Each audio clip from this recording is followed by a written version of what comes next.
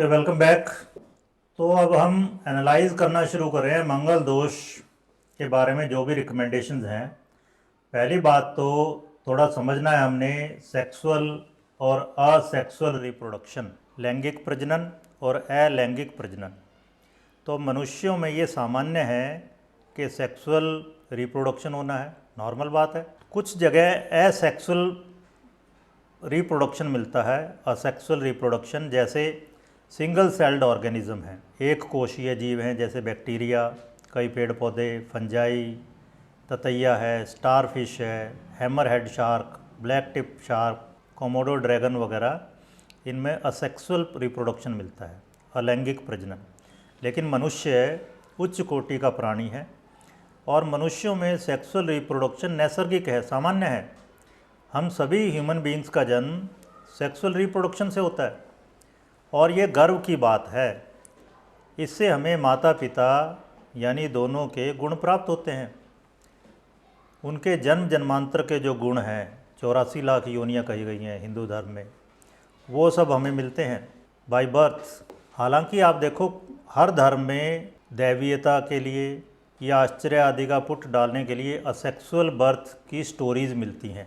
ईसा मसीह की कहानी है कि वो वर्जन मैरी से पैदा हुए।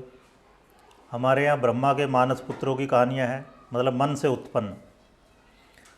फिर पांडु, आपने पांडु की कहानी पढ़ी होगी महाभारत में, वो असेक्सुअल प्रोडक्शन था। पांडु की माँ वो भय से पीली पड़ गई तो वो पीले पैदा हुए, पांडु रोग के साथ पैदा हुए। इसी तरह धृतराष्ट्र की माँ, उसने डर के मारे आंखें बंद कर ली तो वो अंधे पैदा हुए।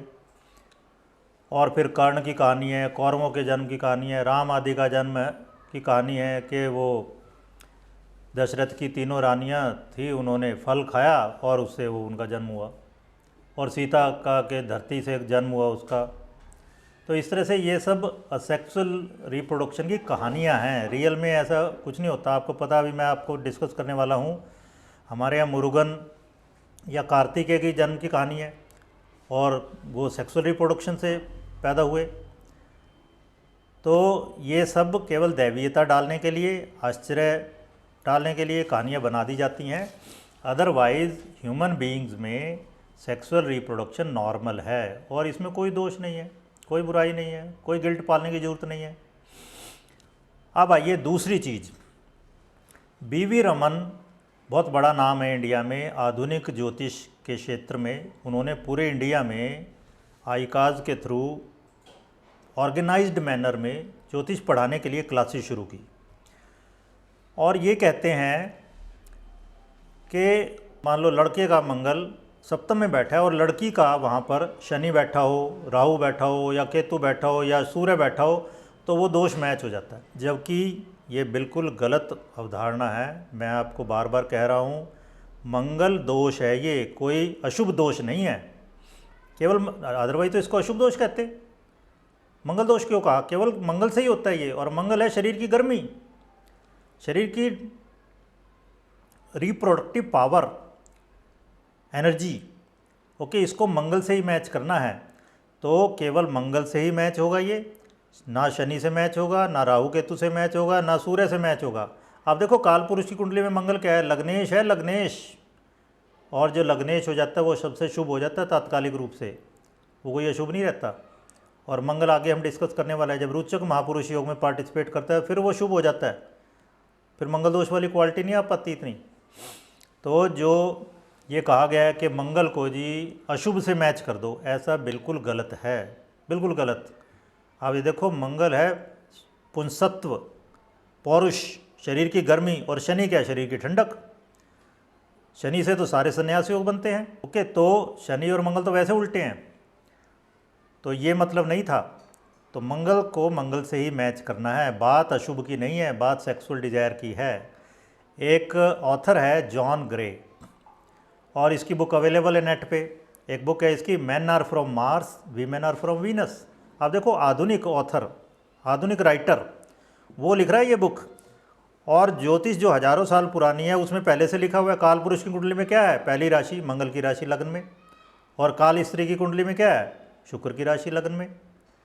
या काल पुरुष की कुंडली में सप्तम भाव में शुक्र की राशि है और दोनों मूल त्रिकोण राशियाँ हैं। पहली राशि मंगल की मूल त्रिकोण राशि है और 7वीं राशि शुक्र की मूल त्रिकोण राशि है। तो मैं बार बार आपको कह रहा हूँ बहुत गहरा रिलेशन है मंगल का शुक्र से। मंगल अपने आप में कुछ नहीं खास, कहीं भी अगर वो मंगल बैठा है तो या तो वो शुक्र की राशि को देखता है या अपनी राशि को देखता है। तो इसका मतलब क्या है, बहुत ज़्यादा बड़ा रोल है शुक्र की राशियाँ यानी दूसरी 7वीं और मंगल की राशियाँ पहली 8वीं। तो पहली दूसरी 7वीं 8वीं इन राशियों का जब रोल होगा, इन राशियों में ये योग बनेगा, तब इसके रियल में रिजल्ट आएंगे। ओके, और फिर मंगल के साथ शुक्र का संबंध बनेगा तो और ज़्यादा आएंगे। और जब इन भावों में बनेगा, पहला 7वां, ओके, 8वां, 12वां भाव, क्योंकि हाउस ऑफ बेड प्लेजर का कहा गया है, तो इसलिए भाव भी बहुत मैटर करते हैं। सामान्यतः क्या है, सूर्य लग्न माना जाता है, लेकिन यहाँ पे शुक्र को लग्न मान रहे हैं। शुक्र को ही क्यों मानते हैं? क्योंकि मंगल दोष का असली असर शुक्र के साथ संबंध होने पर ही है। क्योंकि शुक्र क्या है, वीर्य या शुक्राणु, और स्त्रियों में अंडा या ओवा या सीमेन की ग्रोथ हो रही है, एग की ग्रोथ हो रही है, ये सब है वीनस। और जो पुरुषों में इजैकुलेशन है, स्खलन, और स्त्रियों में रिलीज ऑफ एग है या मेंस्ट्रुएशन है, that is governed bye Mars. तो एक एनर्जी पोटेंशियल फॉर्म में है, वो समझ लीजिए शुक्र है। जिस तरह गाड़ी में पेट्रोल है, लेकिन उसको जलाने के लिए स्पार्क प्लग की ज़रूरत है, वो स्पार्क प्लग है मंगल। ओके, कुंडली में 3 चीज़ें हो गई। अब पहली है भाव। मंगल दोष में बात करें हम मेनली, तो कौन कौन से भाव हैं मेनली? 7वां और 8वां भाव। दूसरी बात क्या है? राशियाँ। राशियाँ कौन सी हैं? मेन राशियाँ 4, 2 मंगल की पहली और 8वीं, और 2 शुक्र की राशियाँ दूसरी और 7वीं, ये 4 राशियाँ। और फिर तीसरी चीज़ क्या है? ग्रह, मंगल और शुक्र। इनका जितना गहरा रिलेशन होगा, मतलब 7वें 8वें भाव का, पहली दूसरी 7वीं 8वीं राशियों का, और मंगल शुक्र ग्रह का, इनका जितना ज़्यादा गहरा आपस में तारतम्य होगा, उतने ही ज़्यादा स्ट्रॉन्ग मंगल योग बनेगा। अब इसको और समझने के लिए अच्छे से हमें समझना होगा मंगल ग्रह को, सप्तम अष्टम भाव को, और इन राशियों को। इनको हम और गहरे से समझेंगे। ओके, तो मंगल ग्रह को समझिए। मंगल ग्रह काल पुरुष की कुंडली में पहले भाव का स्वामी है और अष्टम भाव का स्वामी है। ओके, तो पहला भाव में कौन सी राशि होती है? मेष राशि। और 8वें भाव में 8वीं राशि वृश्चिक राशि। मेष राशि मैंने क्या कहा था? चल अग्नि, मूवेबल फायर, और मूवेबल फायर है वो क्रिएट करती है। ओके, और वृश्चिक राशि क्या है? स्थिर जल। स्थिर जल पड़ा पड़ा सड़ जाता है, जहर हो जाता है, तो ये मृत्यु की राशि कही गई है। इसलिए पहला भाव जन्म भाव, और अष्टम भाव क्या है? मृत्यु भाव। और इसको दोबारा से मैं जोड़ सकता हूँ, स्त्रियों में जो मांगल्य स्थान कहा गया है, इसका मतलब क्या है कि कुमारत्व की मृत्यु। अष्टम भाव एक्टिवेट होने का मतलब क्या है? कुमारीपन का मरना और स्त्री बनना, ये मतलब है। मंगल ग्रह का हमारे भौतिक शरीर से और ऊर्जा स्तर से गहरा संबंध है। जब मैंने अभी मंगल की प्रार्थना पढ़ी थी, तो उसमें क्या था? धरणी गर्भ संभूतम, पृथ्वी से पैदा हुआ है। ये माना गया मंगल धरती से टूट के बना था, और आजकल साइंटिस्ट भी ये कहने लगे हैं थोड़ा थोड़ा कि मंगल बाद में बना है, लेकिन पूरी तरह से अपने आप में ग्रह बन गया। तो उसका हमारे भौतिक शरीर से, मिट्टी से, ऊर्जा स्तर से बहुत गहरा संबंध है। यह यौन यानी सेक्स सहित सभी प्रकार की शारीरिक ऊर्जाओं का प्रतिनिधित्व करता है। मंगल रेखा आपको पता है ज्योतिष पामिस्ट्री में, मंगल रेखा अगर स्ट्रॉन्ग है तो फिजिकल एनर्जी बहुत ज़्यादा होती है, सेक्सुअल एनर्जी बहुत ज़्यादा होती है। हमारा पौरुष, हमारी राजसी ऊर्जा क्या है? उच्च ऊर्जा। जिस तरह ब्रह्मा जी को रजस ऊर्जा प्रधान माना जाता है, क्योंकि उन्होंने क्रिएट किया, सृष्टि को पैदा किया, तो राजसी ऊर्जा, इसलिए उनको लाल रंग से रंगा जाता है। आक्रामकता मंगल से देखते हैं, शारीरिक गर्मी, शरीर की शक्ति, फिजिकल फिटनेस, जीवनी शक्ति, दूसरों पे हावी होना वगैरह वगैरह, सब मंगल से विचार किया जाता है। तो जो कोई पहलवान है, बॉडी बिल्डर है, वो सब मंगल से देखा जाएगा, शूटर है। तो मंगल क्या है? रूखा ग्रह है, ड्राई एंड इग्नियस प्लैनेट है, अग्नि तत्व वाला ग्रह है। तो मंगल का हमारे शरीर की गर्मी से बहुत गहरा संबंध है। वास्तुशास्त्र में दक्षिण दिशा का स्वामी है मंगल।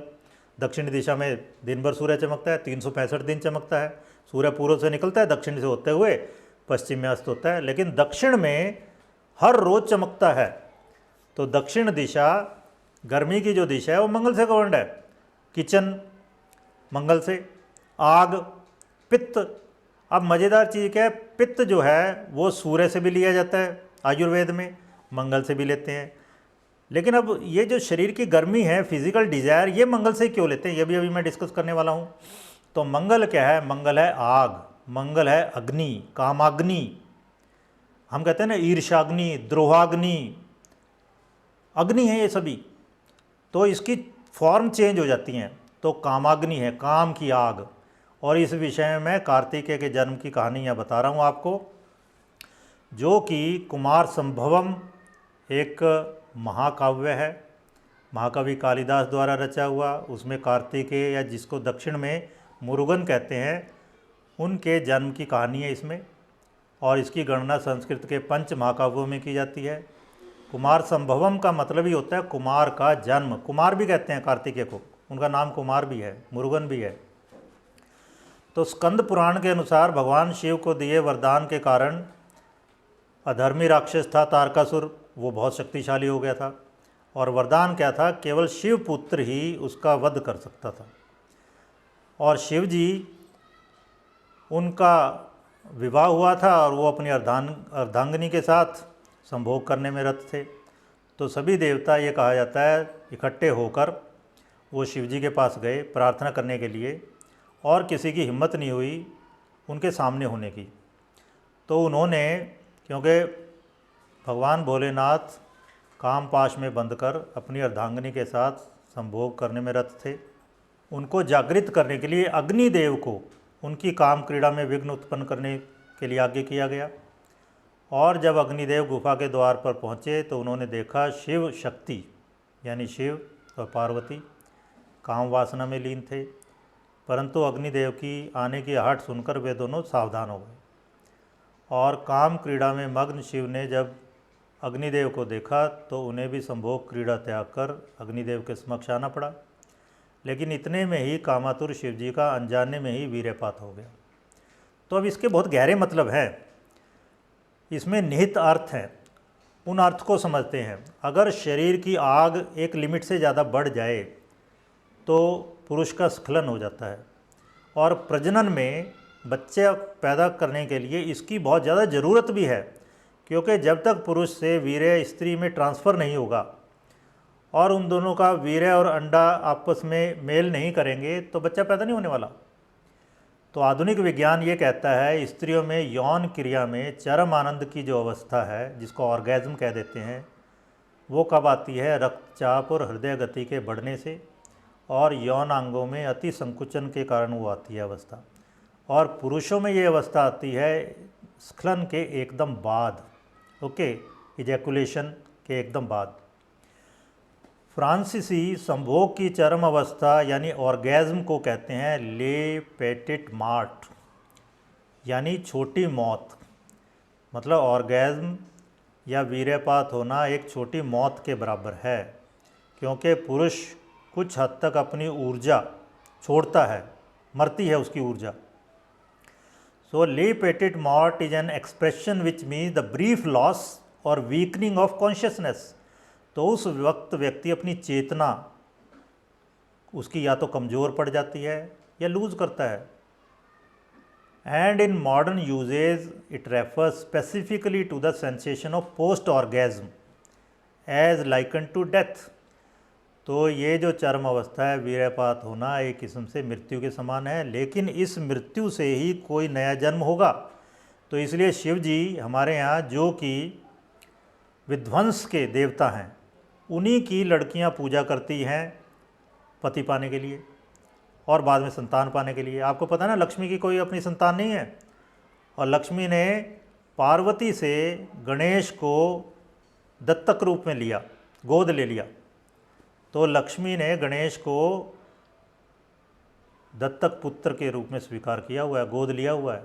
तो ये माँ बेटे की पूजा करते हैं हम दिवाली को, ओके। तो पार्वती इसलिए संतान लक्ष्मी के रूप में पार्वती की पूजा की जाती है।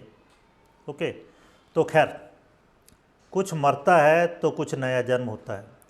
एक बीज है, उसको मरना पड़ता है, उसमें से पौधा फूटेगा, पेड़ बनेगा, लेकिन उसे खुद मरना पड़ेगा।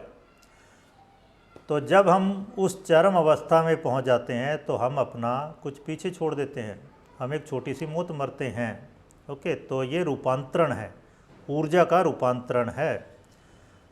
तो कोई इस दृष्टि को नए विकास, नए शुरुआत, आत्मा के पुनर्जन्म या साझेदारी के लिए एक लाभ के रूप में भी देख सकता है कि ऊर्जा अपना रूप बदल रही है।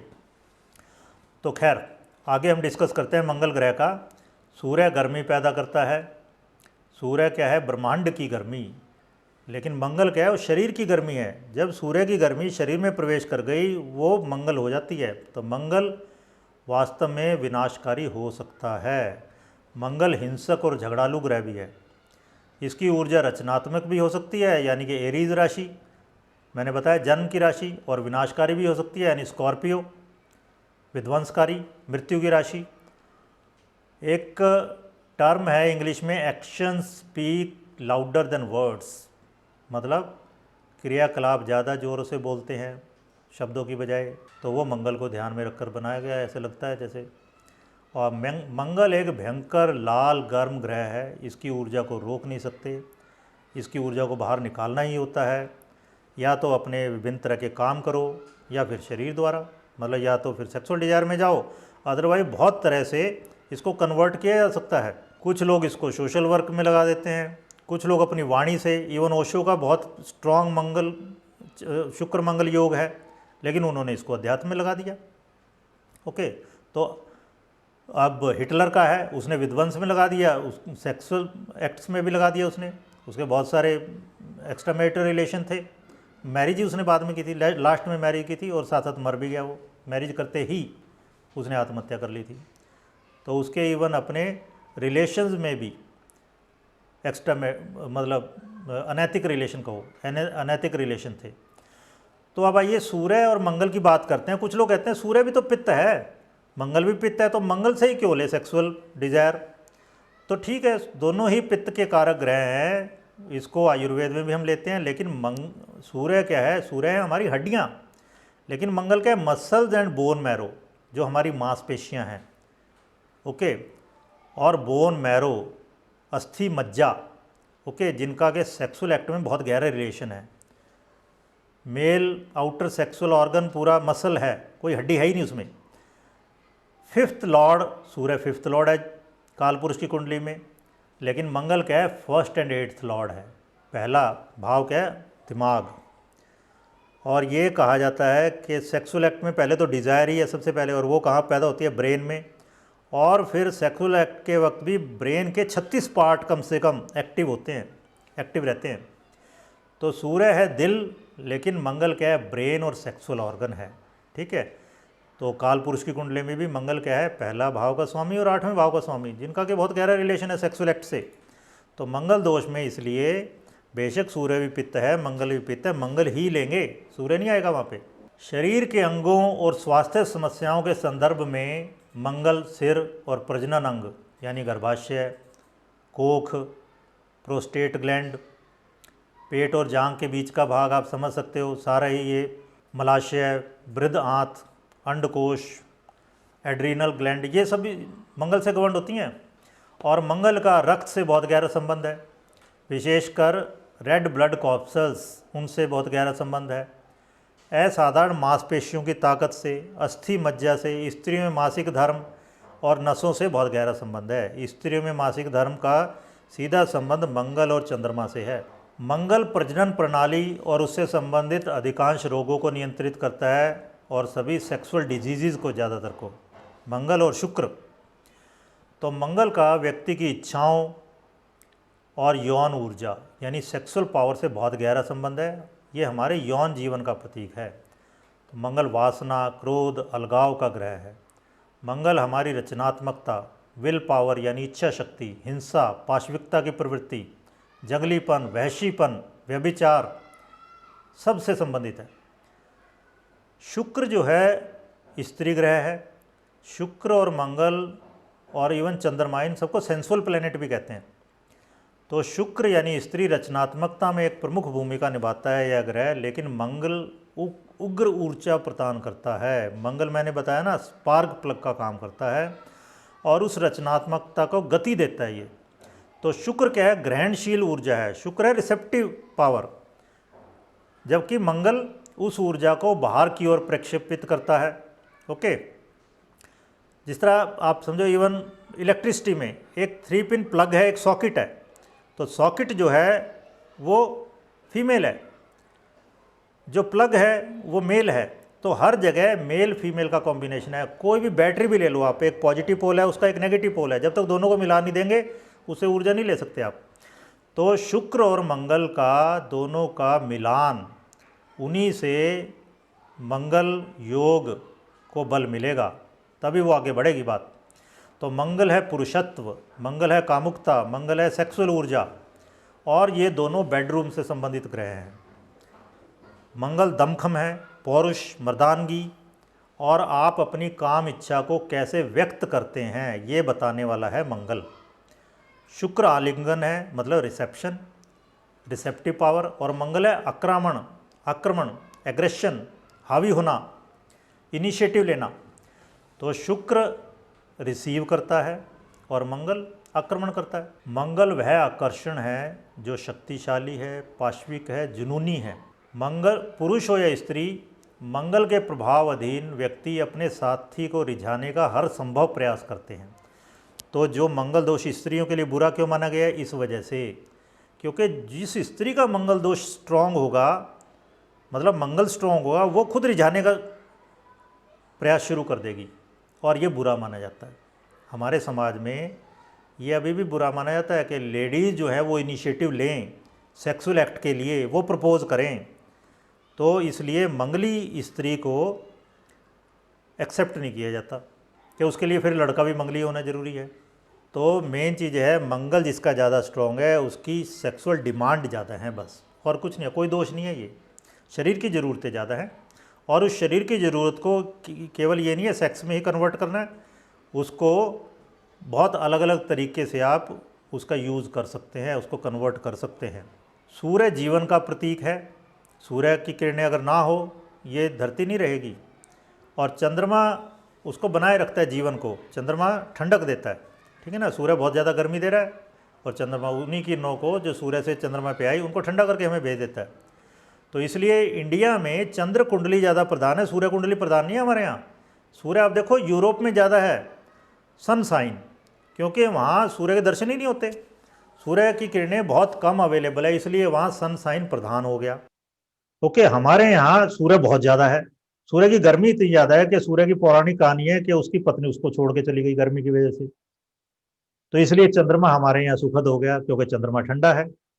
ओके, अब आप देखो जिस तरह अरेबियन कंट्रीज में वहाँ पे हरियाली नहीं थी, तो उनके लिए हरा रंग प्रधान हो गया, मुस्लिम धर्म का इसलिए हरा रंग है। मंगल इस जीवन में ऊर्जा भर देता है। मंगल क्या है? उद्यम शक्ति है। मंगल है जोश, मंगल सहन शक्ति भी है, मंगल साहस भी देता है। ओके, तो मंगल उद्यम शक्ति है। जब तक एनर्जी नहीं होगी, जब तक पावर ही नहीं होगी, तब तक हम कुछ नहीं कर सकते। मैं कहता हूं केवल मंगल और गुरु किसी का स्ट्रांग हो तो वो आदमी पक्का पक्का सक्सेसफुल हो जाएगा, क्योंकि मंगल है जोश यानी ऊर्जा, और गुरु है होश। उस ऊर्जा को कब कहाँ कितना प्रयोग करना है, ये है गुरु। ओके, तो मंगल ये कह लो कि कमांडर इन चीफ है, लेकिन गुरु क्या है? जो आर्मी की टैक्टिक्स जानता है। ओके, पक्का पॉलिटिशियन, वो गुरु है, तभी बात बन पाएगी। केवल हर जगह अग्रेसिव होने से बात नहीं होती। तो मंगल ग्रह शुक्र का पूरक है, प्रतिरूप है, दोनों एक दूसरे के पूरक हैं, युद्ध और शांति जैसे। तो मंगल है युद्ध, शुक्र है शांति। मंगल है घृणा, शुक्र है प्रेम। तो जैसे बैटरी के दो पोल होते हैं, यिन यांग है, यिन यानी ठंडा, यांग यानी गर्म, यिन यानी रात, यांग यानी दिन, यिन यानी स्त्री, यांग यानी पुरुष, या तमस रजस कह लो। तमस, तमस यानी शुक्र, रजस एक्टिव ऊर्जा। ओके, वो है मंगल। या मदर फादर प्रिंसिपल कहते हैं। तो शुक्र क्या है? मदर, शांत, रिसेप्टिव। फादर क्या है? Aggressive. Okay, Mangal. Okay, men are governed by Mars, women by Venus. और ये मैंने राशियां बताई थी आपको। तो मंगल की ऊर्जा चीजों को जारी रखने के लिए ऊर्जा देती है। आपको पता है सबको, ज़्यादातर किसी को लो बीपी हो तो कॉफ़ी पी लो, बीपी ठीक हो जाता है, ऊपर बढ़ जाएगा। तो कॉफ़ी के हो एनर्जी ड्रिंक है, किस्म से ऊर्जा देती है, एकदम से तत्काल, इंस्टेंट एनर्जी। जन्म कुंडली में मंगल की स्थिति पुरुष को बेचैन बना सकती है, मतलब पेशेंस नहीं होता आदमी को, लापरवाह बना सकती है, उसका अहंकार बढ़ जाता है। तो इस वजह से कहा जाता है कि 28 साल से पहले वो शादी ना करे, क्योंकि वो बेचैनी में इधर उधर रिलेशन बनाएगा, उस जगह टिकेगा नहीं जहां उसने शादी की है, उस रिलेशन से लापरवाह हो सकता है, अहंकारी हो सकता है। तो इस वजह से मंगल की मैच्योरिटी, एज ऑफ मैच्योरेशन आप देखो ज्योतिष में 28 साल मानी गई है कि 28 साल में वो स्टेबल हो जाता है। तो तब तक उसने जो एक्सपीरियंस लेने हैं ले लो। ओके, उसके बाद कम से कम उनका वैवाहिक जीवन स्थिर रहे। ओके, मंगल प्रकृति का व्यक्ति बिना सोचे समझे अपनी बात कहता है।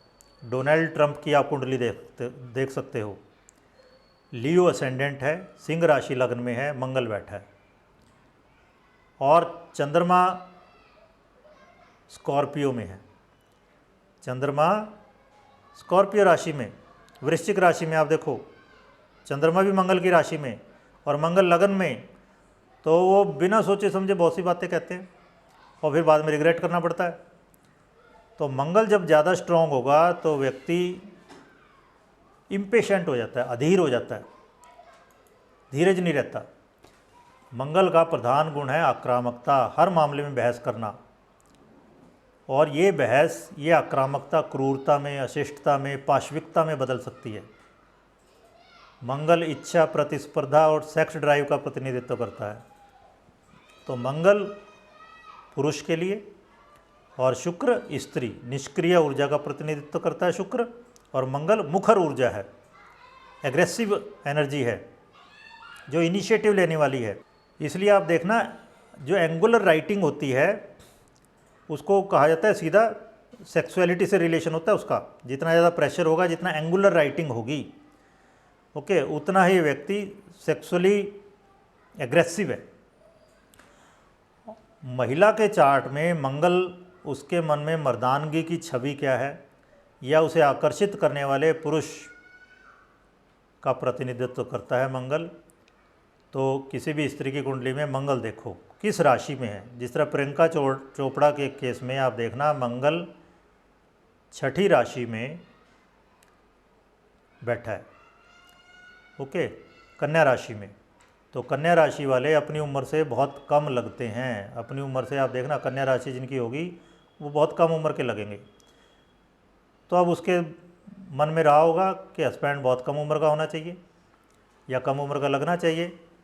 और पुरुष के चार्ट में मंगल पुरुषत्व के बारे में उसके अपने दृष्टिकोण को और वह अपने मर्दाना गुणों को कैसे व्यक्त करता है, इसे बताता है। ओके, तो पुरुष स्त्री की कुंडली में इस तरह मंगल के बारे में ये डिटेल में था। थोड़ा सा शुक्र ग्रह के बारे में बताते हैं आपको, फिर सप्तम अष्टम भाव की बात करेंगे, क्योंकि इन सब का बहुत गहरा रिलेशन है मंगल दोष को गहराई से लॉजिकली समझने के लिए। शुक्र ग्रह जो है शरीर और भौतिक सुख संपन्नता के साथ साथ रोमांस, सौंदर्य, काम वासना, विपरीत लिंग, प्रजनन, स्त्रैण गुण, इन सब का कारक माना जाता है। तो शुक्र जीवन संगी, प्रेम, विवाह, काम का प्रतीक है, जुनून का प्रतीक है। जिन जातकों की कुंडली में शुक्र ग्रह बलवान होता है उनका वैवाहिक जीवन हमेशा सुखी बना रहता है। इसके अलावा कुंडली में शुक्र के मजबूत होने पर व्यक्ति को तमाम तरह के ऐशो आराम और भौतिक सुखों का आनंद प्राप्त होता है। लेकिन अगर यही ग्रह यानी शुक्र ग्रह कमज़ोर हो तो वैवाहिक जीवन में कई तरह की परेशानियां आती हैं। शुक्र के संयोग से ही लोगों को इंद्रियों पर संयम मिलता है और नाम व ख्याति पाने के योग्य बनते हैं। और यही अगर खराब हो, पीड़ित हो, तो यौन समस्याएं नपुंसकता आदि ये रोग हो सकते हैं। ओके, शुक्र ग्रह को ज्योतिष में शुभ ग्रह माना जाता है बहुत ही, शुक्र को और गुरु को। और आपको पता है दोनों अगर अस्त हों, दोनों में से एक भी अस्त हों, दिनों में शादियाँ नहीं होती। अब आइए सप्तम और अष्टम भाव के बारे में बात करते हैं। क्यों मंगल का सप्तम या अष्टम से रिलेशन हो तो मंगल दोष होता है। ओके, तो इससे आप समझ जाओगे। तो सप्तम भाव विवाह का भाव भी है, जाया भाव या पत्नी, पति पत्नी की बात है, जामित्र कलत्र यानी पत्नी, फिर से काम भाव, काम यानी डिजायर। 7वीं राशि होती है कालपुरुष की कुंडली में, यहाँ 7वीं राशि क्या है, डिजायर की राशि है, काम राशि। तीसरी 7वीं 11वीं राशियाँ काम राशियाँ हैं। व्यक्ति के वैवाहिक जीवन में मिलने वाले सुखों और दुखों को इससे देखते हैं। शास्त्रों में मनुष्य जीवन के 4 पुरुषार्थ कहे गए हैं, धर्म, अर्थ, काम और मोक्ष। और सप्तम भाव का मैंने बताया काम भाव से संबंध है। रॉबर्ट ई स्वबोधा एक बहुत बढ़िया ऑथर हैं, इनकी बुक है लाइट ऑन लाइफ। और भारतीय विद्याभवन में पढ़ाते रहे हैं डॉक्टर के.एस. चरक, इनकी बुक है वैदिक एस्ट्रोलॉजी। इनके कंटेक्स्ट में, अब दोनों डॉक्टर हैं ये, रॉबर्ट ई स्वबोधा ये आयुर्वेद के डॉक्टर हैं और डॉक्टर के.एस. चरक ये एलोपैथी के डॉक्टर हैं। तो इसलिए मैं इनकी बुक से ले रहा हूँ। ये सब जो बता रहे हैं 7वें भाव के बारे में, कि 7वां भाव पहले भाव से सबसे दूर है। 7वां देखो, पहले से 7वां, तो दूसरा व्यक्ति, पहला अगर मैं हूँ तो 7वां यानी दूसरा। तो ये कहा जाता है पुरुष के लिए स्त्री बहुत परे है। आज तक पुरुष स्त्री को नहीं समझ पाया और स्त्री पुरुष को नहीं समझ पाई। सबसे बड़ा कोई फॉरनर है अगर पुरुष के लिए वो स्त्री है और स्त्री के लिए पुरुष। विवाह, जीवन साथी, जीवन साथी का स्वभाव या चरित्र, ये सब 7वें भाव से देखा जाता है। और क्या क्या देखा जाता है, सेक्स पार्टनर, पुरुषों या महिलाओं का आनंद, वासना या काम वासना, यौनांग यानी सेक्सुअल ऑर्गन, यौन संबंध, बिस्तर, रात में खर्च, वो आप समझते हो, यौन क्रिया, यौन इच्छाएं, व्यभिचार, विवाहेतर संबंध मतलब एक्स्ट्रामैरिटल रिलेशन है, गुप्त प्रेम संबंध, ये सब सप्तम भाव से देखते हैं। और कौन कौन से इससे रिलेटेड ऑर्गन हैं, गुदा मार्ग है, वीर है, शुक्राशय, प्रोस्टेट ग्लैंड, गुदा पेट और जांग के बीच का भाग, गर्भाशय, अंडाशय, अंडकोश, निम्न मूत्र मार्ग, ये सभी। और एक भारत के प्रसिद्ध मेडिकल डॉक्टर हैं, प्रसिद्ध सेक्सोलॉजिस्ट हैं इंडिया के, डॉक्टर प्रकाश नंदलाल कोठारी। और वो क्या कहते हैं, शरीर के लिए मूत्र उत्सर्जन हो या वीर्य उत्सर्जन हो एक ही बात है, शरीर को पता नहीं चलता इस चीज़ का। तो जो आप में से मैच्योर लोग हैं आपको पता है बहुत गहरा रिलेशन है सीमेन और यूरिन पासिंग का। ओके, खैर, तो ये जो हमारे ऑर्गन हैं गुदा मार्ग, मूत्र मार्ग, ये सेक्स से भी उतने गहरे जुड़े हुए हैं जितने के मल मूत्र निष्कासन से जुड़े हुए हैं। अगर 7वां भाव बुरी तरह से पीड़ित हो तो गुप्त संबंध होंगे, गुप्त ऊर्जा देखेंगे। व्यक्ति को ऐसी यौन विकृतियाँ, यौन संबंधी परेशानियाँ, यौन संबंधी रोगों का सामना करना पड़ सकता है जो समाज द्वारा अस्वीकृत है, जिस तरह वेनेरियल डिजीज़, वीडी कह देते हैं, या एड्स है और दूसरी चीज़ें, जिसके कारण दूसरा व्यक्ति मुकदमेबाजी या संघर्ष में उलझा सकता है। ओके, 7वें भाव में गड़बड़ी है। तो यह नैतिक अनैतिक रिश्ते भी देखते हैं यहाँ से सप्तम भाव से। सप्तम भाव और क्या है, व्यक्ति की कामुकता की भावना, काम इच्छा की भावना प्रकट करता है। क्रूर ग्रहों तथा शुक्र का सप्तम भाव पर प्रभाव व्यक्ति को विकृत काम इच्छा भी प्रदान कर सकता है। सोडोमी, सोडोमी समझते हैं ना, लौंडेबाजी कह देते हैं उसको, गुदा मैथुन कह देते हैं, या पाशविकता, पशुओं से लैंगिक संबंध बनाना। तो क्रूर ग्रह मतलब राहु केतु हैं, शनि है, मंगल है, शुक्र है, इस तरह, ये सब इस तरह। तो यहाँ पे अगर इनका असर होगा तो विकृत काम इच्छा भी हो सकती है। सप्तम भाव का संबंध व्यक्ति के यौन अंग, सेक्स लाइफ, जीवन साथी से है। इसके अलावा उस वस्तु का संबंध भी सप्तम भाव से है जिससे व्यक्ति को खुशियाँ प्राप्त होती हैं। तो ये माना जाता है सेक्सुअल एक्ट में जब ऑर्गेज्म होता है तो दिमाग एक डोपामाइन नाम का हार्मोन छोड़ता है, मतलब चरम आनंद, चरम सुख की अवस्था। तो वो डोपामाइन से रिलेशन है सप्तम भाव का, केवल सेक्सुअल एक्ट में नहीं और भी चीज़ों से। ये कहा जाता है कि अगर आप टेस्टी फूड खाते हैं, अगर आप अपने मनपसंद संगीत सुनते हैं, अगर आप किसी की हेल्प करते हैं, इवन मेडिटेट करते हैं, तो उसमें भी आनंद जो मिलता है उसका भी रिलेशन यहीं से है। तो व्यक्ति का विलासितापूर्ण जीवन, सेक्सुअल डिजायर भी सप्तम भाव से देखेंगे। तो सप्तम भाव किसी स्त्री या पुरुष के बीच स्थायी रिश्ते को दर्शाता है जो मिलकर वंश अनुक्रम को आगे बढ़ाते हैं, मतलब मैरिज। ये साझेदारी का घर है। तो सबसे महत्वपूर्ण साझेदारी क्या है? शादी। हम कहते हैं जीवन साथी, जीवन भर जो साथ निभाएगा। इस घर तक व्यक्ति का अपने पर ध्यान केंद्रित था, इस घर के साथ ध्यान अपने से दूसरे में बदल जाता है। ठीक है ना, पहले से छठे तक अपने पे था, अब सातवें में मतलब दूसरा आ गया। तो ये लग्न के बिल्कुल सामने है ये घर, सातवां घर। तो पहला घर क्या है? सेल्फ, खुद, और सातवां घर क्या है? साझेदार।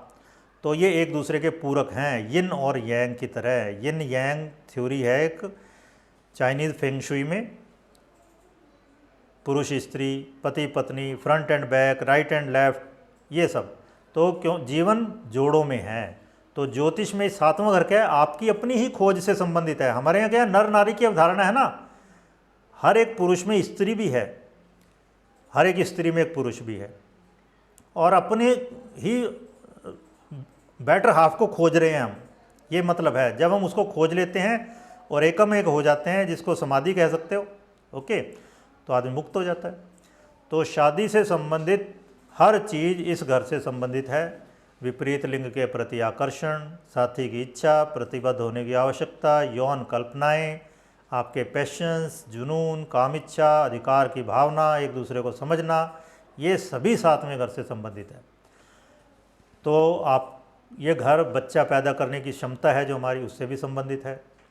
सातवां घर कामुक इच्छा की पूर्ति, प्रजनन प्रणाली की बीमारियां, नपुंसकता, संतान संबंधी समस्याएं, इन सब से भी संबंधित है। और सातवें घर से ही पता चलता है कि व्यक्ति किसी संबंध में क्यों उतरता है। जरूरी नहीं कोई हर एक को प्यार ही होता है इसलिए सेक्सुअल रिलेशन में या मैरिटल रिलेशन में उतरते हैं। कोई प्यार के लिए उतर रहा है, कोई पैसे के लिए उतर रहा है, कोई सामाजिक दबाव में है, कोई ग्रस्त कहते हैं ऋण है जी, पुत्र ऋण है, उसको चुकाना है, संतति को आगे बढ़ाना है, या आपकी प्रॉपर्टी है वो किसके पास चली जाएगी वरना अगर बच्चे नहीं होंगे तो।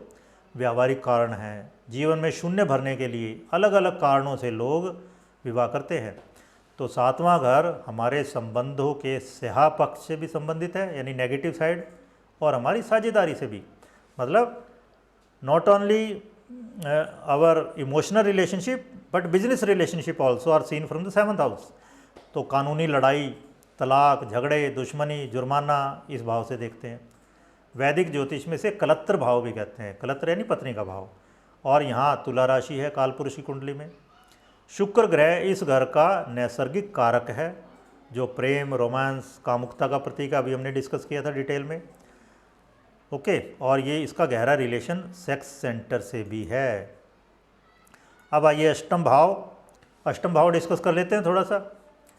तो आठवां भाव, एक मैं बुक दोबारा से रॉबर्ट ई स्वबोधा, जिनकी बुक है light on life, penguin publication से पब्लिश्ड है ये, और डॉक्टर के एस चरक एलिमेंट्स ऑफ वैदिक एस्ट्रोलॉजी इनकी बुक है, 2 वॉल्यूम में, उन्हीं से कोट कर रहा हूँ क्योंकि दोनों डॉक्टर हैं, ज़्यादा ऑथेंटिक है, ओके। बाहरी यौन अंग, ये कहते हैं बाहरी यौन अंग अष्टम भाव से। मंगल सूत्र, शादी का हार, इसका मैंने बता दिया था आपको क्यों मंगल सूत्र यहाँ से देखते हैं। पवित्रता जहाँ देखेंगे तो अपवित्रता भी यहीं से देखेंगे। रीढ़ की हड्डी का आधार भाग यानी मूलाधार और स्वादिष्ठान, फिर चक्र, ओके, वो यहाँ से देखेंगे।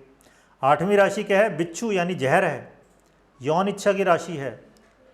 वृश्चिक राशि वाले ये माना जाता है आमतौर पे सेक्स में बहुत ज़्यादा रुचि रखते हैं, सेक्स की राशि मानी जाती है ये। वृश्चिक राशि मर्दाना मंगल से शासित है, और वृश्चिक से 12वां भाव यानी शैया सुख का स्वामी कौन है? Venus, sexy Venus. वीनस से वृश्चिक से 12वां कौन सा हुआ? लिब्रा राशि। लिब्रा राशि का स्वामी कौन हुआ? सेक्सी वीनस है वो। तो सेक्स जो है 8वें घर से भी संबंधित है, 7वें से भी संबंधित है। 7वां क्या था? इनर सेक्सुअल ऑर्गन, और 8वां क्या? Outer sexual organ. और पुरुष और स्त्री दोनों में दोनों तरह के होते हैं।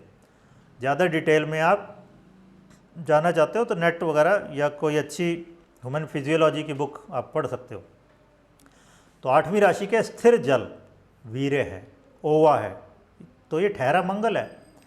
और तुला राशि क्या है, काल स्त्री उत्सर्जन अंग हैं, जो गुदा और मूत्र मार्ग है, तो ये सब उससे संबंधित है। तो स्त्रियों के लिए 8वां भाव मांगल्य स्थान है। स्त्री के लिए यह उसके पति की आयु है। क्यों, पुराने ज़माने में उसकी एक शादी हो गई तो वही है बस, पहली और आखिरी। ओके, तो पति का भाव कौन सा था, 7वां, और पति 7वें से दूसरा यानी 8वां।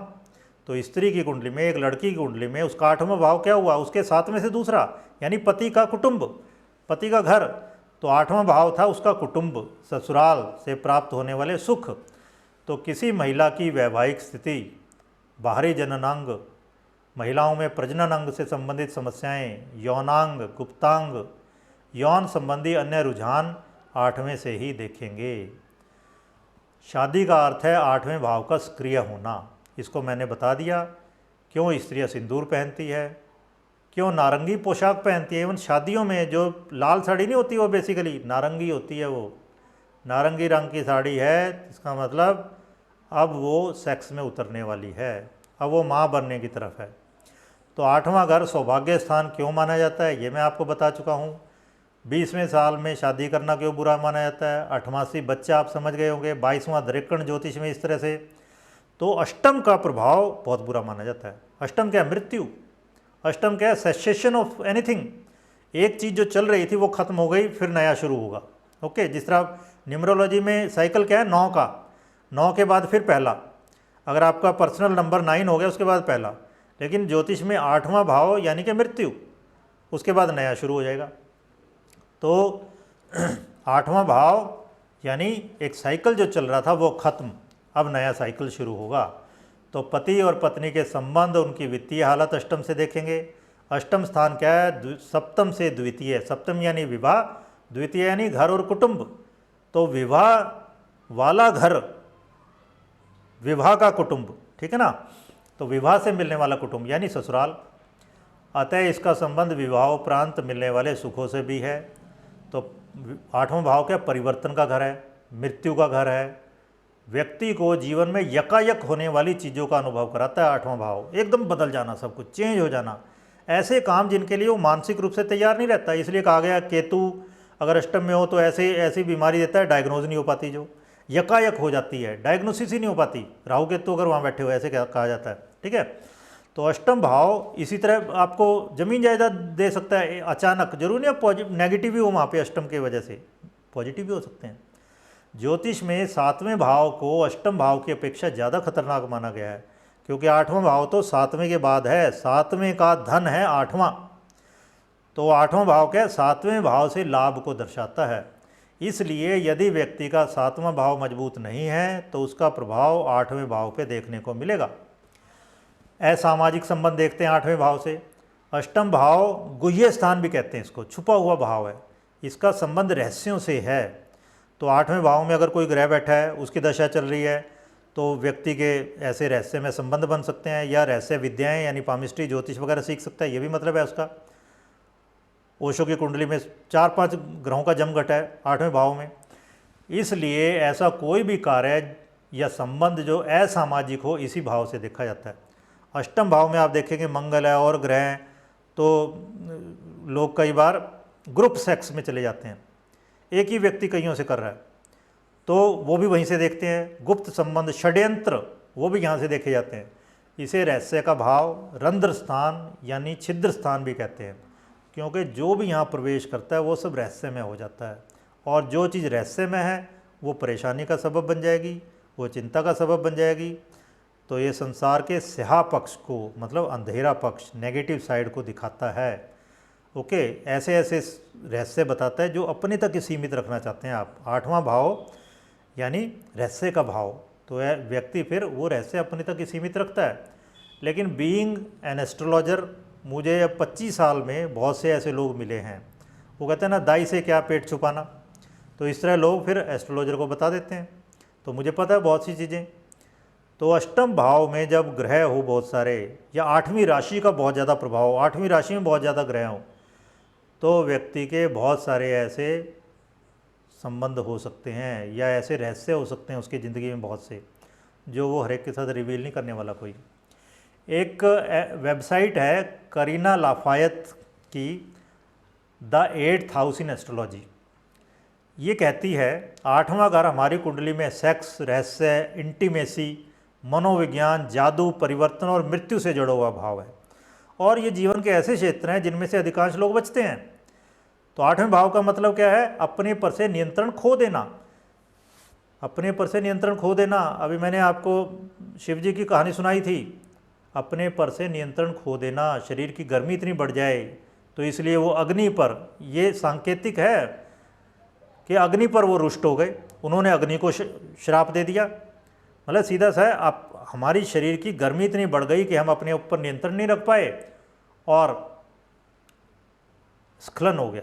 वो क्षणिक सुख के लिए आदमी अपनी ऊर्जा को बाहर निकाल देता है। ओके, तो ये मतलब 8वें का। वृश्चिक और प्लूटो द्वारा शासित, तो वेस्टर्न सिस्टम में इसको लेते हैं प्लूटो से गवर्नड है जी, वृश्चिक राशि, एरीज राशि मंगल से गवर्नड है।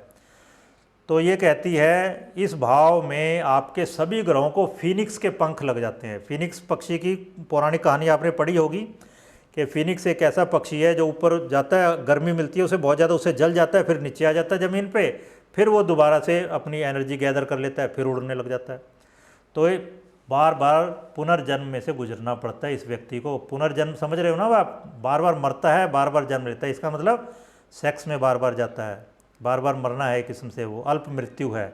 इवन आपको पता है जो नींद भी हम लेते हैं, नींद भी अल्प मृत्यु है। Every sleep is a short time death. उसमें हम क्योंकि अपनी चेतना में नहीं रहते।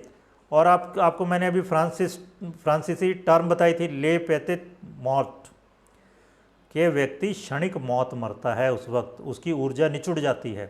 ओके, तो 8वें भाव का मतलब है हम बार बार बदल रहे हैं, चेंज कर रहे हैं। ओके, विष्णु स्तुति मिलती है हमारे यहाँ, पुनरपि जननम पुनरपि मरणम पुनरपि जननी जठरे शयनम, यह संसार बहु दुस्तारे कृपया पारे पाहे मुरारे।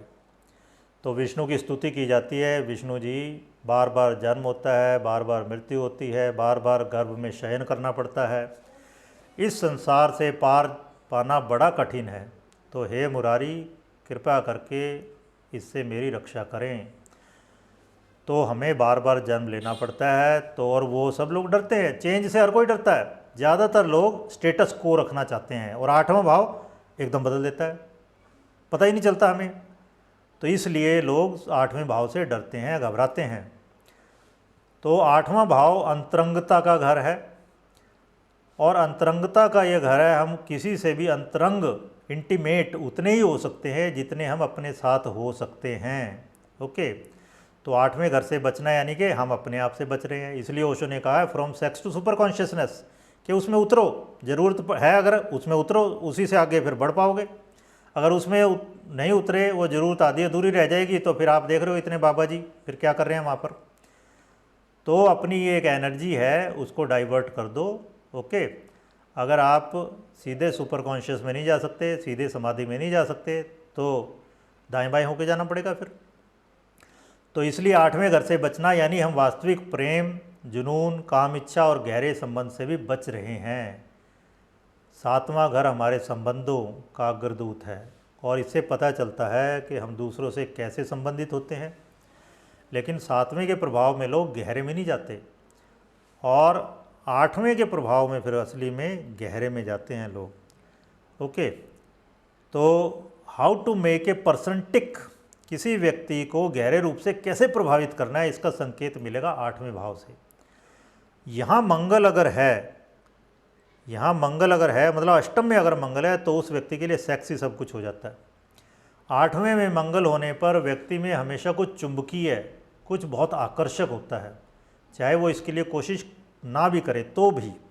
और इस व्यक्ति की शारीरिक शोषण, अगर ये करता है शारीरिक शोषण या शारीरिक हिंसा, गुप्त रह सकती है। तो ये था मैंने जो डिस्कस किया आज। मंगल दोष नहीं, योग है। और ये बेसिकली सेक्सुअल डिज़ायर का मानक है, पैमाना है, लड़का और लड़की का। तो उसके लिए, क्योंकि मेन चीज़ इसमें क्या है, मंगल, और मंगल के साथ शुक्र है, तो मैंने मंगल और शुक्र के बारे में थोड़ा बताया आपको डिटेल में। फिर उसके बाद मंगल का प्रभाव सप्तम या अष्टम पर हो तभी मंगल दोष बनता है। तो मैंने सप्तम भाव के बारे में आपको डिटेल में बताया, अष्टम भाव के बारे में डिटेल में बताया। और बातें बताने वाले हैं आपको कि केवल मंगल से नहीं होता ये, शुक्र मंगल योग, वो बताऊंगा मैं आपको। फिर 28 या 30 या 32 साल की उम्र में ये कम या ख़त्म क्यों हो जाता है जी, ऐसी क्या बात है, वो मैं बताने वाला हूँ। आज मैंने आपको और क्या बताया कि मंगल दोष को मंगल से ही मैच करना है। भारतीय विद्या भवन हो, बीवी रामन हो, इतनी बुक्स भरी पड़ी हैं, वो क्या कर रहे हैं, मंगल दोष को मैलेफिक ग्रहों के साथ मैच कर रहे हैं, शनि के साथ मैच कर रहे हैं, सूर्य के साथ मैच कर रहे हैं, राहु केतु के साथ मैच कर रहे हैं, मतलब ही नहीं है। अदरवाइज मंगल दोष तो लोग कहते हैं इसको अशुभ दोष कह देते। जिस तरह शनि की 7.5 शनि की ही 7.5 है ना, मंगल से कैसे कर देंगे उसको कि जी मंगल के दाएं बाएं वो आ जाएगा, कोई तुक है। केवल मंगल दोष है ये, और कोई दोष नहीं है। योग है, डिज़ायर है, फिजिकल डिजायर है, और फिजिकल डिजायर को फिजिकल एक्टिविटीज़ के लिए यूज़ कर लो, या फिर इसको कन्वर्ट कर दो, वाचिक ऊर्जा में कन्वर्ट कर दो, मानसिक ऊर्जा में कन्वर्ट कर दो, आध्यात्मिक ऊर्जा में कन्वर्ट कर दो, किसी में भी कन्वर्ट किया जा सकता है।